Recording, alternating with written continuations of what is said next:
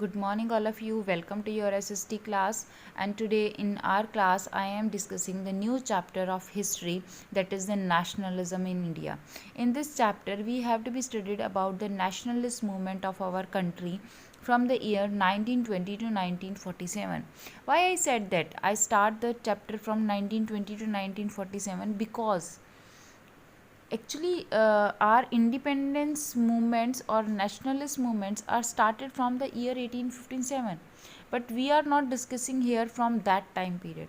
हम उस 1857 से उसको नहीं डिस्कस कर रहे हैं. हम यहाँ पर सिर्फ 1920 से 1947 के बीच में जो हमारे कंट्री में नेशनलिस्ट मूवमेंट्स हुई उनको डिस्कस करेंगे. Okay, exactly I can say that this is the time period when Mahatma Gandhi entered in our political situations, in our political life. हमारी political situations में, हमारी politics में जब महात्मा गांधी ने एंटर किया उसके बाद कौन कौन सी मूवमेंट्स हुई, क्या स्टेप्स लिए गए for getting independence, that we discuss in this chapter. Okay, so let us start the chapter. In the early textbooks, you have read about the growth of nationalism of India up to the first decades of 20th century. Early text books जो class 8th और 9th की text books हैं, आपने 9th में तो खैर हमने Indian independence नहीं पढ़ा, बट इन क्लास 8th हमने डिस्कस किया था 20th century, early 20th century, that is 1857 से लेकर स्टार्टिंग के 1915-16 तक के time period. In this chapter we will pick up the story from 1920s and the study non cooperation and civil disobedience movement. 1920 से stories को cover up करेंगे इस chapter में, और mainly we discuss the non cooperation and the civil disobedience movement. ये दो movements को हम एक लार्ज स्केल पर डिस्कस करेंगे. We will explain how the Congress sought to develop the national movement, how different social groups participated in the movement, and how the national captured the imagination of people. ये topics हम discuss करेंगे. This is our topics of our chapter. Okay, now come on the next. The first world war, Khilafat and non-cooperation movement. This is the very first topic of our chapter, the first world war. As you all know that in the year 1914 to 1918 we have the first world war, the war between the whole world. The maximum countries are here, major countries are here, those are participated in this war. If I said अगर मैं आपको बताऊं कि India जो था वो इसमें participate किया इंडिया ने, but not directly, indirectly. Why indirectly? Because exactly Indians doesn't want to participate into the war. Indians नहीं चाहते थे वॉर में पार्टिसिपेट करना, Indian political leaders also, but because we are the colony of Britishers, क्योंकि हम Britishers की colony थे इसलिए हमें इनडायरेक्टली पार्टिसिपेट करना पड़ा. ब्रिटिशर्स ने हमारी सेना भेजी, हमसे वॉर वेपन्स बनवाए और वॉर गुड्स हमने प्रिपेयर किए, तो इस तरह से हमने इनडायरेक्टली जो है वो वॉर में पार्टिसिपेट किया. अब इस वॉर का हमारी पॉलिटिकल सिचुएशंस पर क्या इफ़ेक्ट पड़ा, इसके साथ साथ हम इसमें डिस्कस करेंगे खिलाफत और नॉन कॉपरेशन मूवमेंट को. Okay, now in the year after 19 we see the national movement spreading to new areas, incorporating new social groups and developing new modern of struggle. क्या स्टार्ट हो गया था, मूवमेंट स्प्रेड हो गई थी, new areas जो थे वो आ गए थे इन द पॉलिटिकल सिचुएशंस, नए मोड्स आ गए थे स्ट्रगल करने के, नए तरीके आ गए थे ब्रिटिशर्स को भारत से बाहर निकालने के. अब हम इन डेवलपमेंट्स को किस तरह से देखेंगे. First of all, war create a new economic and political situation. War की वजह से नई पॉलिटिकल और इकोनॉमिक सिचुएशंस क्रिएट हो गई थी. मैंने तो आपके साथ ये चैप्टर अब डिस्कस ही नहीं करना है क्योंकि now chapter is not in our syllabus, but अगर हम चैप्टर 5 पढ़ेंगे तो देखेंगे कि जब वॉर स्टार्ट हो गई थी तो इंडियन जो इंडस्ट्रीज़ थी वो बूस्ट अप हो गई थी, और इंडियन इंडस्ट्रीज़ बूस्टअप होने की वजह से हमारी जो इकोनॉमिक सिचुएशंस थी वो थोड़ी सी बेटर हो गई थी। इंडियन इंडस्ट्री क्यों बूस्टअप हुई थी? क्योंकि हमने ब्रिटेन ने हमारे यहाँ से अपना जो तैयार माल था वो यहाँ पर लाकर बेचना थोड़ा कम कर दिया था, क्योंकि वो वॉर में बिज़ी हो गया था, इसलिए हमारी इंडस्ट्रीज़ बूस्टअप हो गई थी। और इसके साथ साथ हम वॉर गुड्स प्रिपेयर कर रहे थे, so that our industries increase. तो हमारी इकोनॉमिक सिचुएशंस बेटर हो गई थी और पॉलिटिकल सिचुएशंस भी चेंज हो गई थी। पॉलिटिकल सिचुएशंस किस तरह से चेंज हुई थी? That is the entry of Mahatma Gandhi. Mahatma Gandhi ने जब एंट्री की तो पॉलिटिकल सिचुएशंस जो थी वो चेंज हो गई। It fell to a huge increase in defence expenditure which was financed by war loans and increasing taxes. अब इसकी वजह से एक हमारा डिफेंस एक्सपेंडिचर जो था वो बहुत बढ़ गया था। You know the meaning of defence expenditure? Defence expenditure means कि हमारा जो रक्षा को लेकर खर्चा था, which was financed by war loans and increasing taxes, custom duties were raised and income tax increased। ये हो गया था, कस्टम ड्यूटीज रेज्ड हो गई थी, इनकम टैक्स लेना स्टार्ट कर दिया था गवर्नमेंट ने। Through the war years prices increase हो गए थे, डबल हो गए थे 1930 टू 1918 के बीच में, leading to extreme hardship for the common people. और इससे जो आम जनता थी उसको बहुत सारी प्रॉब्लम्स फेस करनी पड़ रही थी। Villagers were called upon to supply soldiers and the forced recruitment in rural areas caused widespread anger। अब इसमें एक चीज़ क्या हुई थी? Villagers were called upon to supply soldiers। villages को ये कहा गया कि वो सेना दे, मतलब सैनिक दें हमें, ठीक है। उनको फोर्सली सेना में भर्ती किया जाता था, फोर्स रिक्रूटमेंट, फोर्सली उनको सेना में भर्ती किया जाता था। And cause wide spread anger. इसकी वजह से जो गांव के लोग थे वो गुस्से से भर गए थे।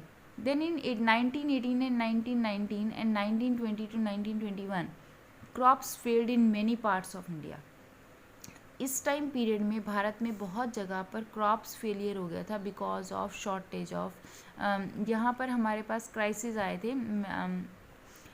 एपिडेमिक भी हुई थी और इसकी वजह से ड्राउट की वजह से हमारा जो क्रॉप है वो फेल हो गया था। ड्राउट मीन्स सूखे की वजह से, बारिश कम हुई थी इस साल, ठीक है। Resulting in acute shortage of food. इसकी वजह से क्या हुआ कि हमारे पास अनाज की कमी हो गई। अनाज की जब कमी हो गई तो इसके साथ साथ एक एपिडेमिक भी आ गई, इन्फ्लुएंजा एपिडेमिक भी आ गई, बीमारी भी फैल गई। According to the census of 1921 to 19 people perished as a result of famine and a epidemic. अब देखो लोगों को क्या फेस करना पड़ा, अकाल फेस करना पड़ा, बहुत बीमारियां फेस करनी पड़ी। इसकी वजह से 1921 का जो दशक था इसके बीच में 12 टू 13 मिलियन पीपल जो थे उनकी वो कम हो गए, डिक्लाइन हो गई।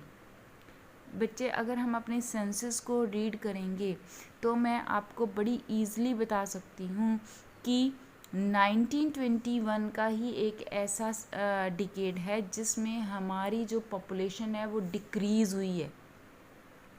अदरवाइज़ किसी भी डिकेड में हमारी पॉपुलेशन इंक्रीज़ नहीं हुई है, तो डिक्रीज़ नहीं हुई है।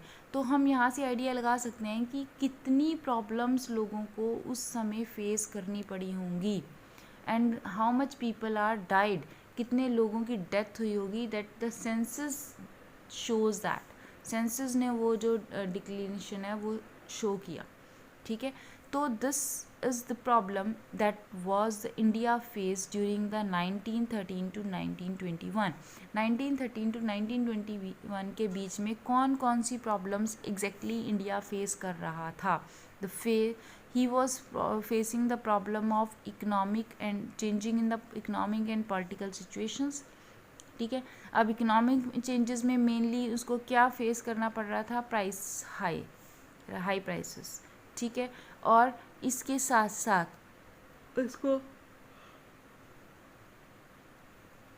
पॉलिटिकल सिचुएशंस में क्या फेस करना पड़ रहा था कि जो गवर्नमेंट है उसने इनकम टैक्स लेना स्टार्ट कर दिया था, ठीक है, और इसके साथ साथ गवर्नमेंट लोगों को फोर्स कर रही थी, सेना में ज़बरदस्ती भर्ती कर रही थी, और इसके थर्ड जो फोर्थ थिंग हुई थी that was a shortage of food, और फूड की शॉर्टेज हो गई थी। तो ये इन सब प्रॉब्लम्स के बीच में अब लोगों को नेचुरल है, जब हमारे पास इतनी सारी प्रॉब्लम्स इकट्ठी हो जाएंगे then what happen, people are full of anger. लोग जो हैं वो पूरी तरह से गुस्से से भर गए थे, और अब वो ये सोच रहे थे कि जैसे ही वॉर ख़त्म होगी तो उनको रिलैक्स मिलेगा। People hope that their hardship would end after the war was over, but that did not happen. लोगों को ये लग रहा था कि अगर वॉर ख़त्म हो गई तो हमारी ये जो प्रॉब्लम्स हैं ये थोड़ी सी सॉर्ट आउट हो जाएंगी, इनकम टैक्स बंद हो जाएगा और बहुत सारी प्रॉब्लम्स जो हैं वो ख़त्म हो जाएंगी। But exactly at this stage a new leader appeared and suggested a new mode of struggle. अब यहाँ पर जब हम बहुत सारी प्रॉब्लम्स को फेस कर रहे थे उस समय पर एक नया पर्सन हमारी पॉलिटिकल सिचुएशंस में ऐड हुआ, और उसने लोगों को अंग्रेज़ों से, ब्रिटिशर्स से लड़ने के नए तरीके सिखाए।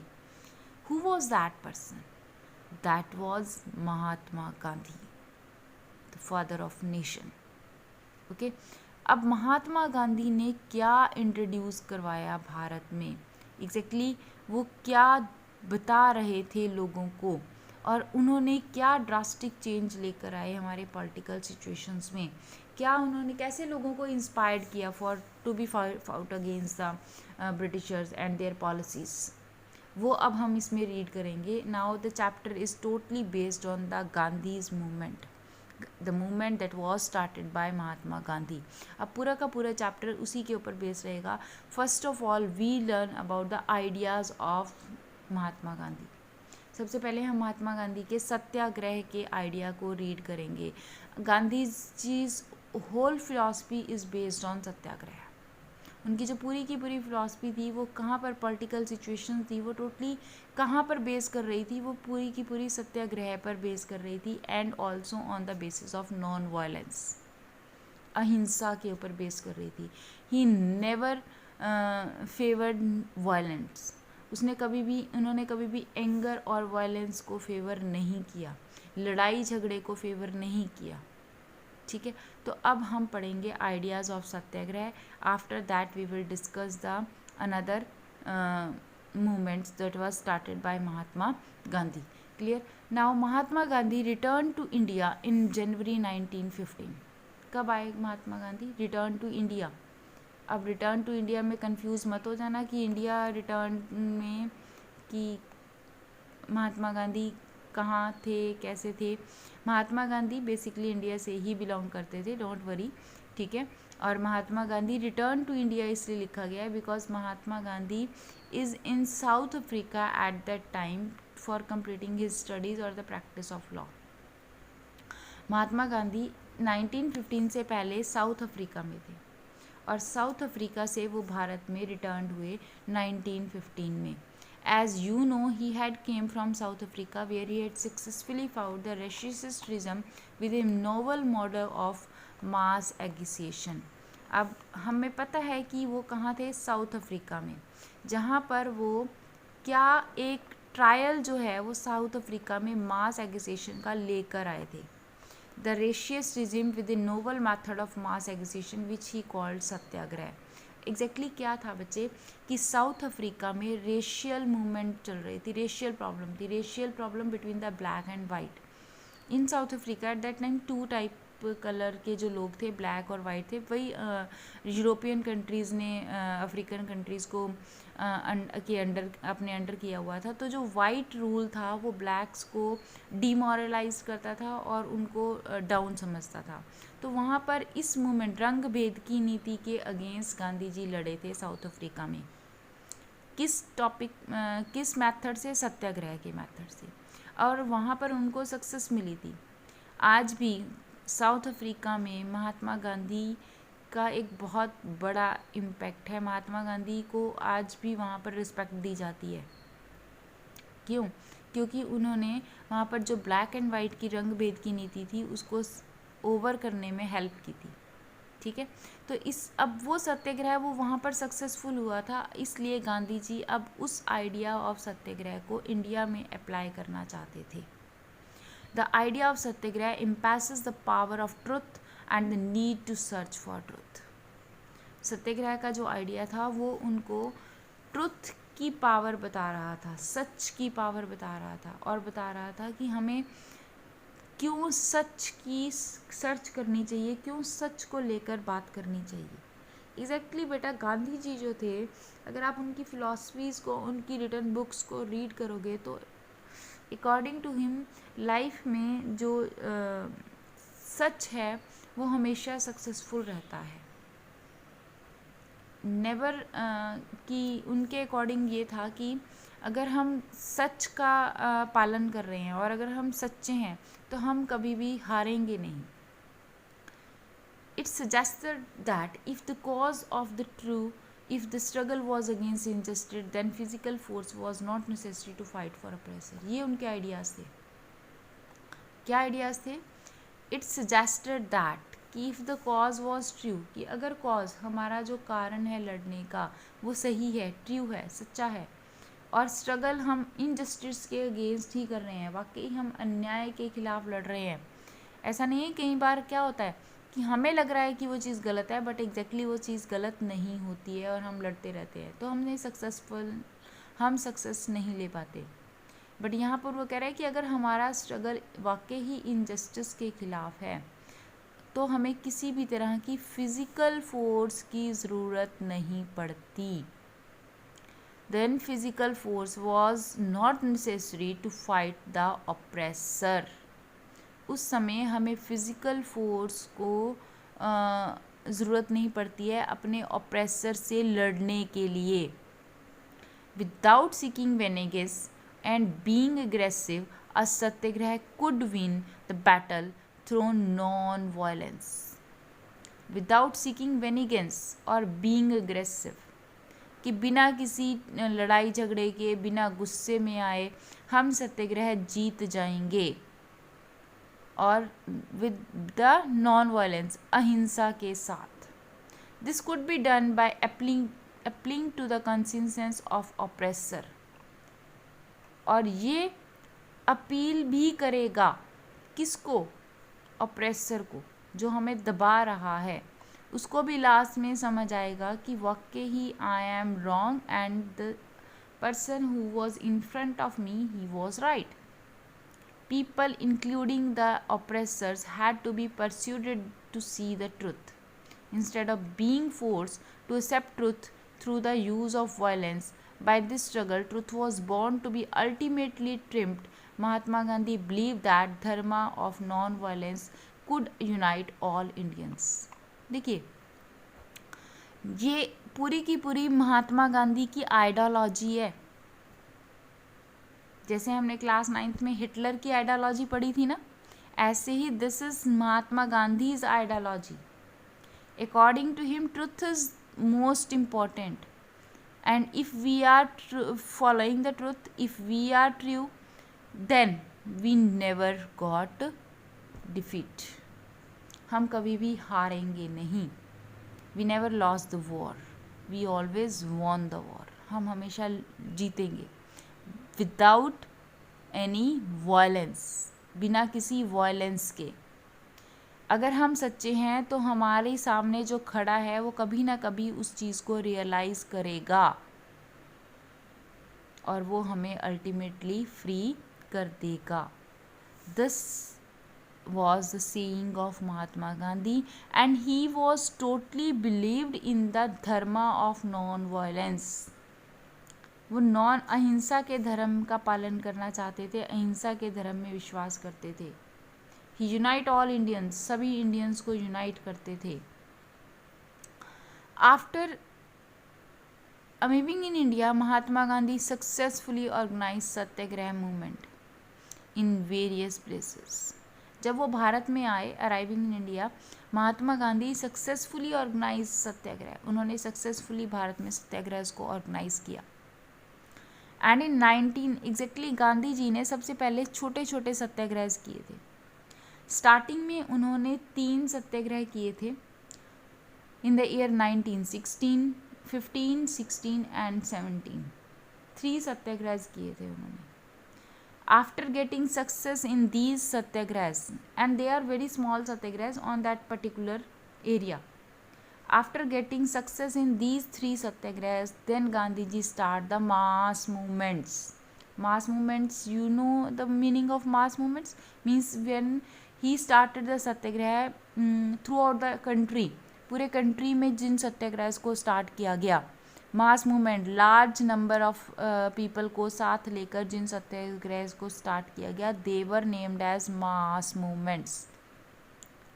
तो first of all, we discuss the first 3 satyagrahs of Mahatma Gandhi that he started at small scale in the various places of the country. The first in 1916, he traveled to Champaran in Bihar to inspire the peasant to struggle against the oppressive plantation system. First उन्होंने 1916 में चंपारण बिहार में किया to inspire the peasants, जहाँ पर उन्होंने किसानों को inspire किया स्ट्रगल करने के लिए against the oppressive plantation system, जिसमें किसानों के साथ ज़बरदस्ती जो थी वो इंडिगो की खेती करवाई जाती थी। ये ऑप्रेसिव प्लांटेशन सिस्टम था। ये हमने क्लास 8th में डिस्कस किया था कि इंडिगो को ज़बरदस्ती भारत के किसानों को कहा जाता था उसको प्लांट करने के लिए, जबकि exactly they don't want to be plant the indigo plants. Because of the indigo plantation, the fertility of the land got